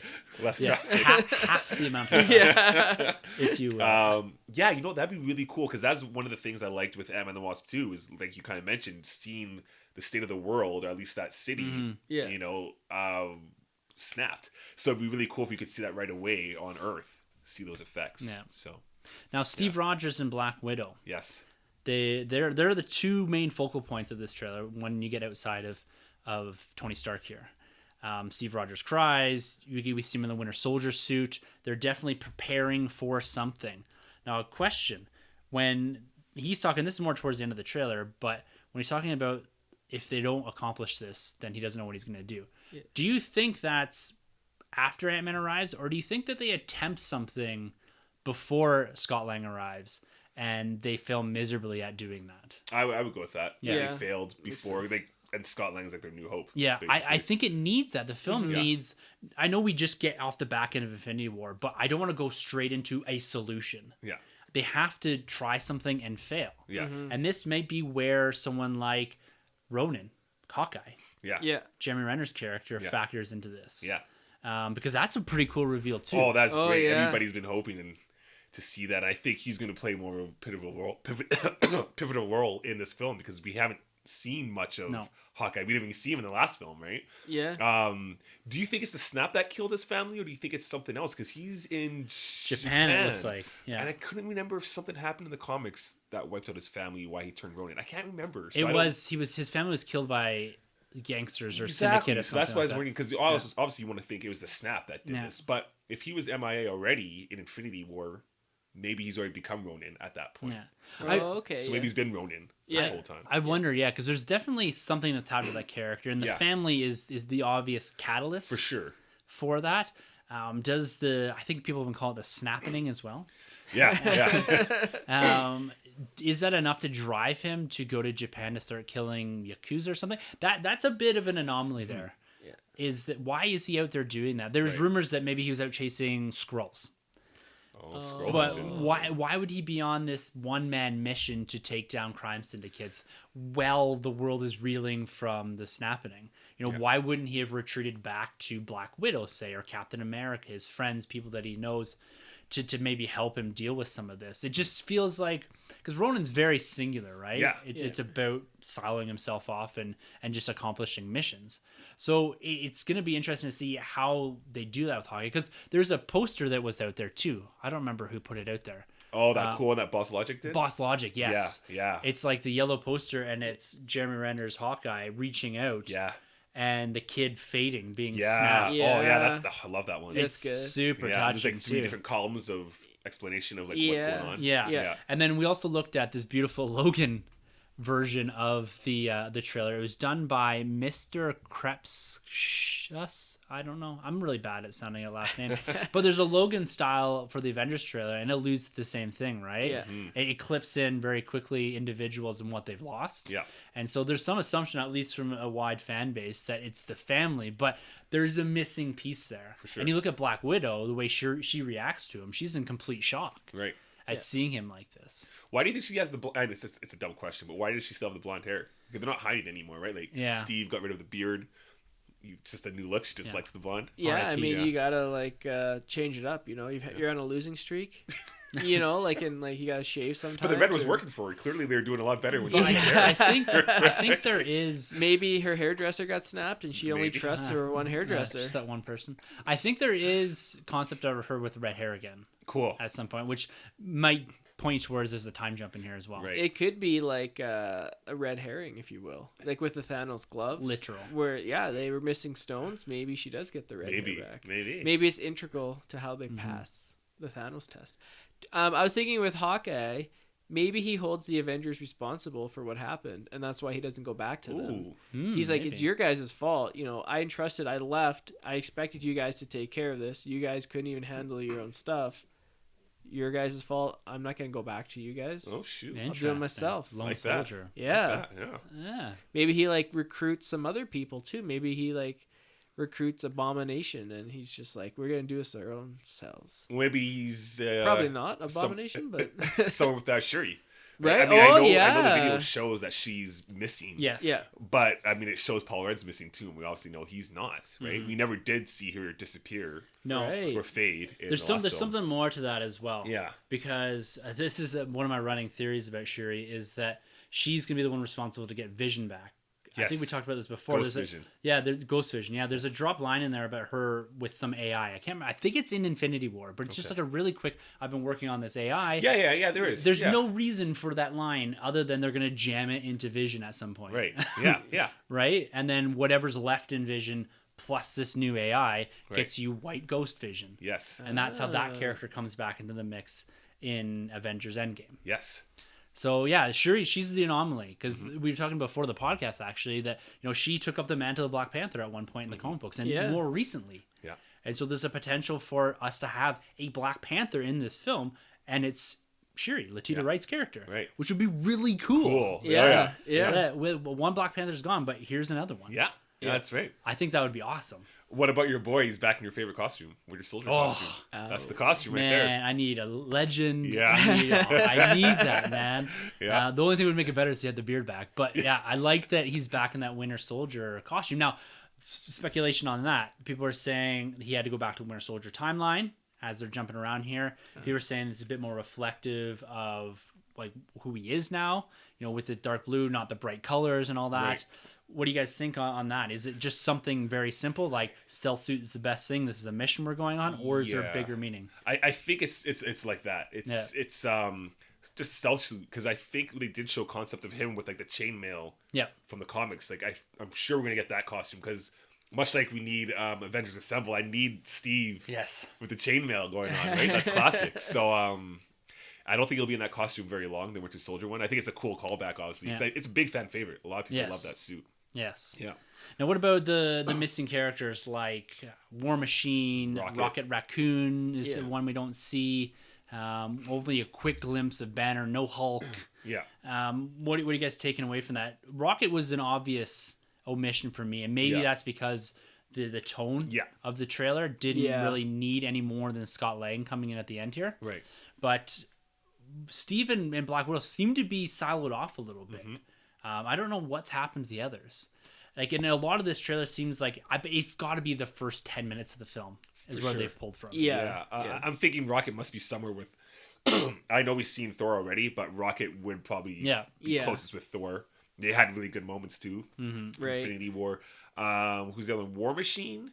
Yeah, I don't know what War Machine would be up to, but he must be grieving hard because he must assume obviously Tony must be gone. Yeah. I do like the fact that they all consider them missing, Yes. not killed. All Yeah, missing, right? yeah, Which that's is true. pretty cool. Wild. Yeah. Yes. Now, one of the big things that came out of this trailer also, not only the character reveals that we're seeing with Captain America, Ronan, and Iron Man, the title. Yes. Right. This is something that we speculated last week on. We've been speculating for months. The Russos have been very cagey about this title. We heard big rumors of things like Infinity Gauntlet. Avengers Annihilation seemed to take a prominent feature in the last month or two as being the title. Now, the big reveal is that it's Avengers Endgame. What are you guys' thoughts on that title? What was your first reaction to hearing that? I liked it. Yeah, it's something different, and it kind of closes this chapter of the first Avengers stories, if you will.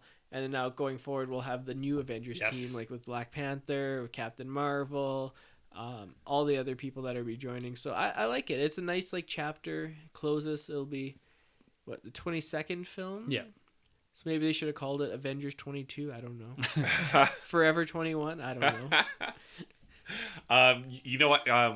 Before we got the title, I was like, I don't like that name at all. Endgame, it just didn't work for me. I heard the speculation, I heard the rumors, like, it doesn't work for me. I know it's been in the other films. Doctor Strange dropped it.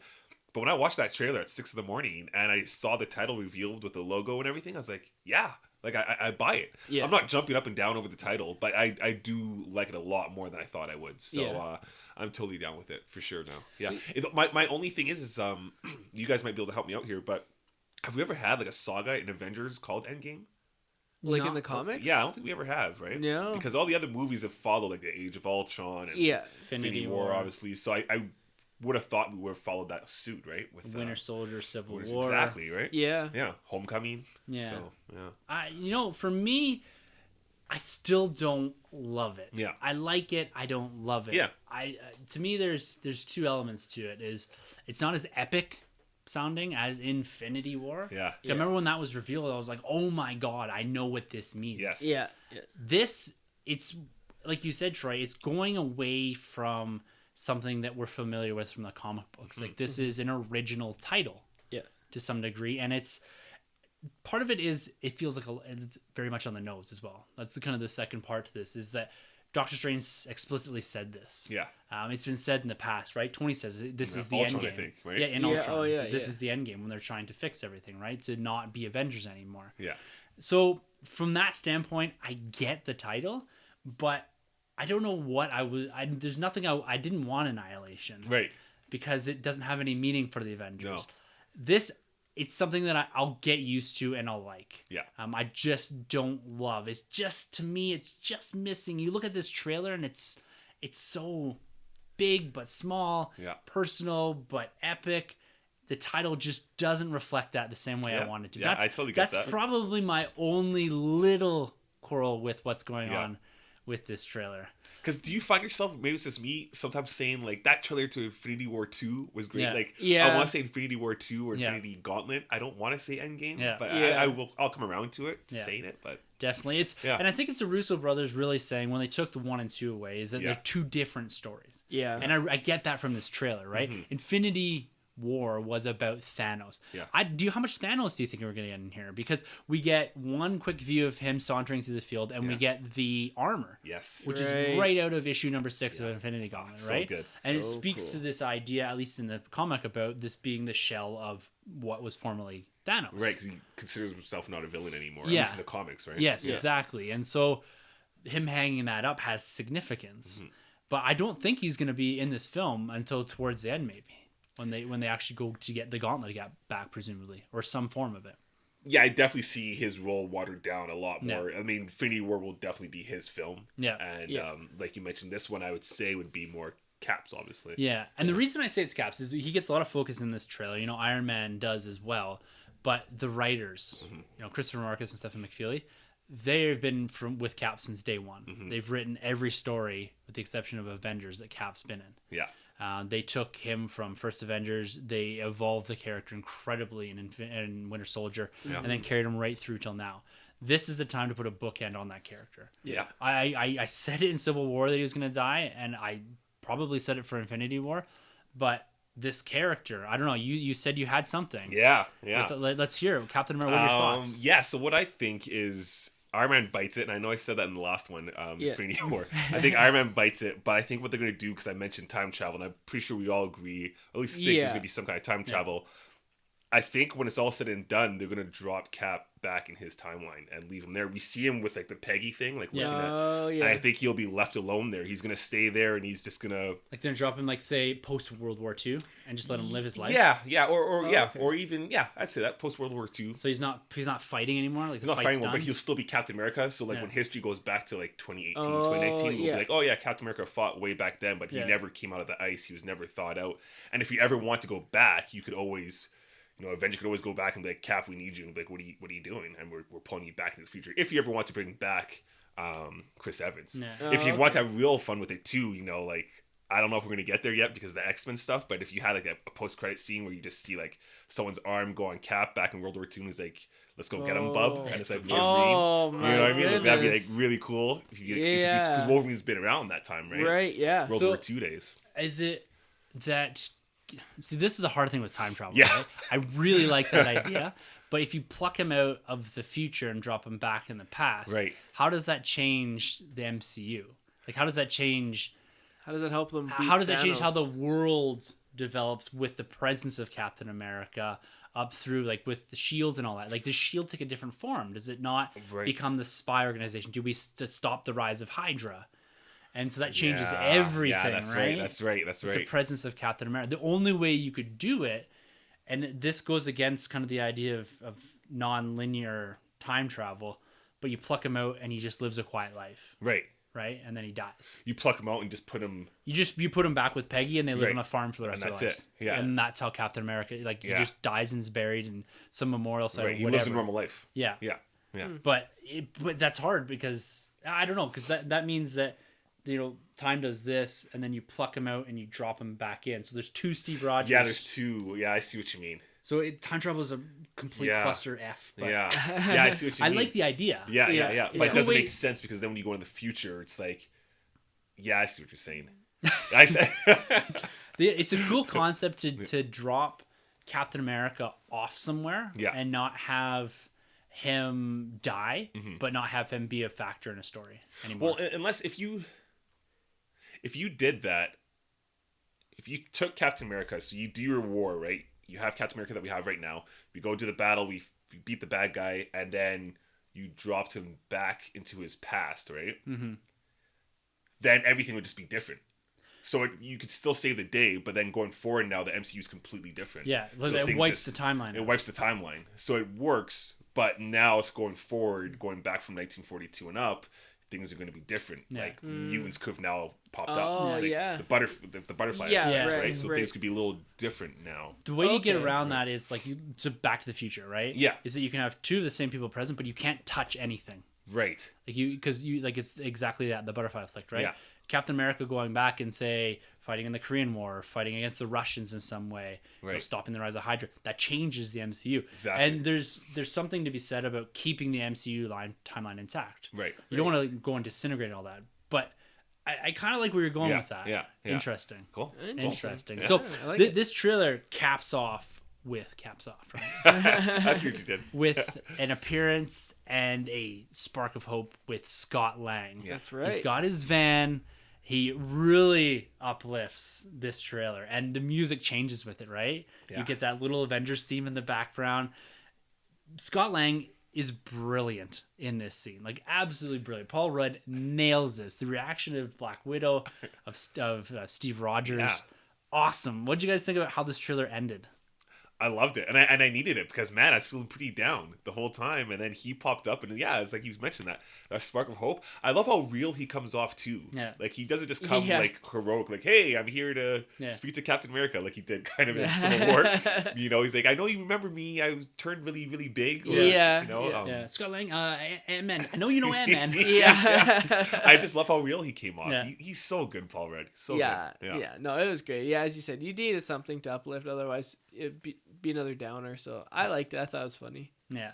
Do you think that there's something to be said about Steve Rogers when he says, "Is this old footage?" Like, is there something to be taken from that, or is he just thinking like he's missing? When is this from?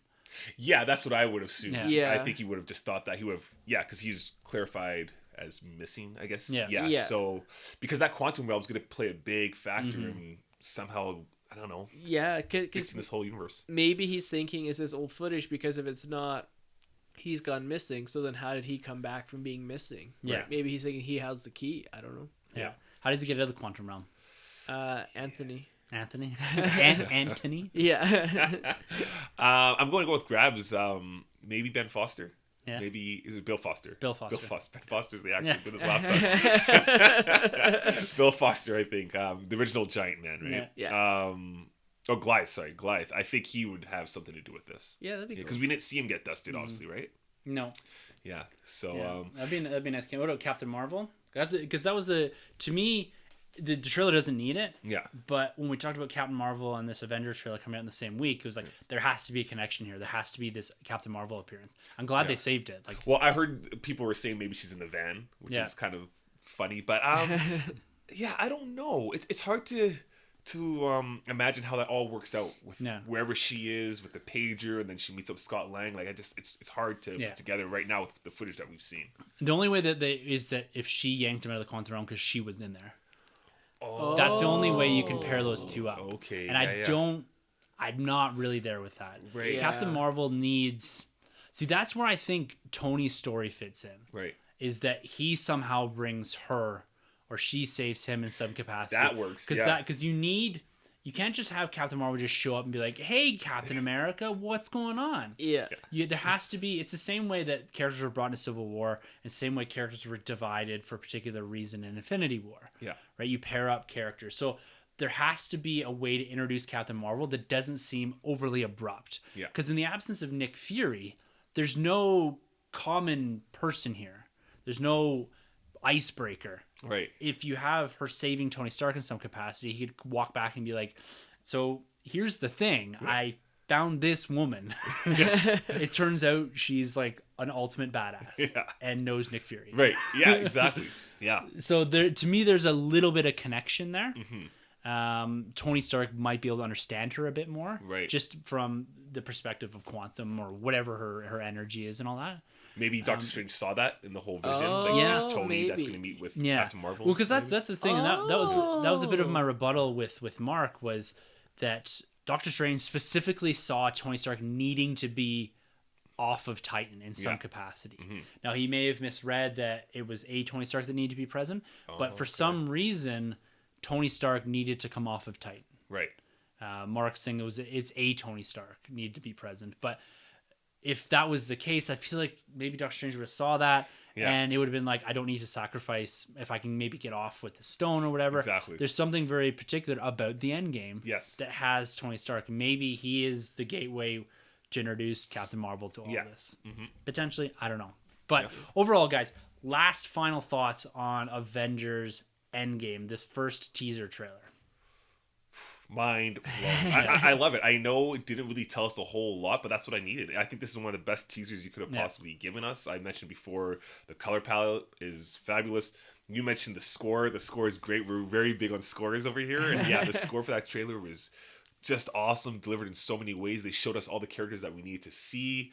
Man, super anticipating this film. I really love what they did. This is, I said it before a while back, maybe off air, but I was a big fan of the Age of Ultron trailer because, again, I like what the tone they set in that trailer. Yeah. Not necessarily the movie, but that tone was awesome. It's really cool to see this taking it like 10 steps further. Yeah. So Yeah. can't wait, man. Me too, Well man. said, and not much to add except I really enjoyed it. I can't wait to see more, and I hope they do. I hope this isn't like a bait and switch. I hope they give us like the serious tone Yes. throughout. Yes, they Yeah. need that. They need it, Agreed. and Ant-Man can be funny in it. He can be the comedic relief. We get that all the time, and I'd be totally okay with that. Yeah. But they can't be making like jokes or like one-off like quips in something like where it's like a super serious situation like this, Yeah. where they've lost 3.5 billion people, right? Right, and they have a dance off. Yeah, right. Like they gotta take this one more serious than they have any of the other previous MCU films. So, and I think they will. And I think the Russo brothers are the right, because Winter Soldier is a pretty serious movie, and that's one of my favorites. Yeah, Yeah. even Yeah. Civil War, it has its moments. Oh, yeah. But Steve Rogers can't go around throwing out one-liners. Like Yeah. language, like he can't be saying that. It can't be on the nose stuff. Steve Rogers has to be very stoic in this film, and I think we're gonna get that. Yeah. He's okay to throw things in once in a while, Yeah. but he needs to have someone like Scott Lang just throwing stuff and him being sure. like, Scott, Yeah. shut up. Yeah. Yeah. Yeah. It's the little things like that. But I have to echo both of your guys' thoughts. This trailer for me, it hit me right in the core. I loved every second of it. Yeah. And like we said last week, it told us so much, but it told us absolutely nothing about the film. We just got to see another 2 minutes of some of our favorite characters dealing with Infinity War. It's basically like just exposition after the fact. Yeah. Right? Yeah. It's like the epilogue. Epilogue. Yes. That's the word I was Infinity looking for. War. Yeah. Yeah. Yeah. For Infinity War, and that's what this teaser trailer was, and it was brilliant. So, like I said, it's my most anticipated film of 2019. For sure. It's going to take a lot to move me away from that. Yeah. But all right, guys, that was a ton of fun. Yeah. We've got a really busy few weeks coming at us here with Into the Spider-Verse, with Aquaman, and then the inevitability of the end of the year and discussing our year in 2018. Kind of getting closer to a box office results for this year. We're going to have to probably wait till well into January to declare a winner because of Aquaman Into the Spider-Verse running through that. So it's going to be domestic totals for a whole film's run, and 2018 the films have to debut in. So very exciting things. And after that, 2019 is going to be crazy. Absolutely. The box crazy. office race in that is going to be insane. Whoever gets the most Disney films. Like Yeah. it'll be like, probably the winner will probably double what the winner gets in 2018. Yeah. We got to make some actual bets, though, next year, because that's going to be a lot of fun. But Yeah. anyways, guys, it's been an absolute blast. And for those of you wanting to be part of the show, you can always email us at thenerdrm@gmail.com. I'm going to scrub from now on saying anything about Facebook, because I'm actually going to delete our Facebook thing because I don't use it. I don't like the fact that it's sat there stagnant. So Facebook is no longer a way you can get a hold of us, but Twitter, that is the place to get us. We've got the Titter gang. We've got the Twitter gang rolling through, constantly discussing here, and it's growing seemingly by the week, so it's a lot of fun. So if you want to get a hold of us, Twitter is the best way. Our handles are at the end of the episode, and you can catch everything that we do on thenerdroom.net as well as StarWarsCommonwealth.com. One shout out before we go has got to go to our man Rob Wade for endorsing this podcast over on emotionally14.com. So go over there and check out everything he does, including Talk Star Wars. I'll be appearing on that in a week or two, and you're going to hear some more stuff from us there as well. So until next week for the Nerd Room, I'm Tim. I'm Troy. And thank you for entering the Nerd Room. This has been a Nerd Room podcast production. You can find our hosts, Tim, Troy, and Sunjay on Twitter at TheNerdRM, TroyTheBoy87, and Sunjabby. For more content from the Nerd Room, check out thenerdroom.net. And don't forget to subscribe to the Nerd Room on iTunes, Podbean, and YouTube.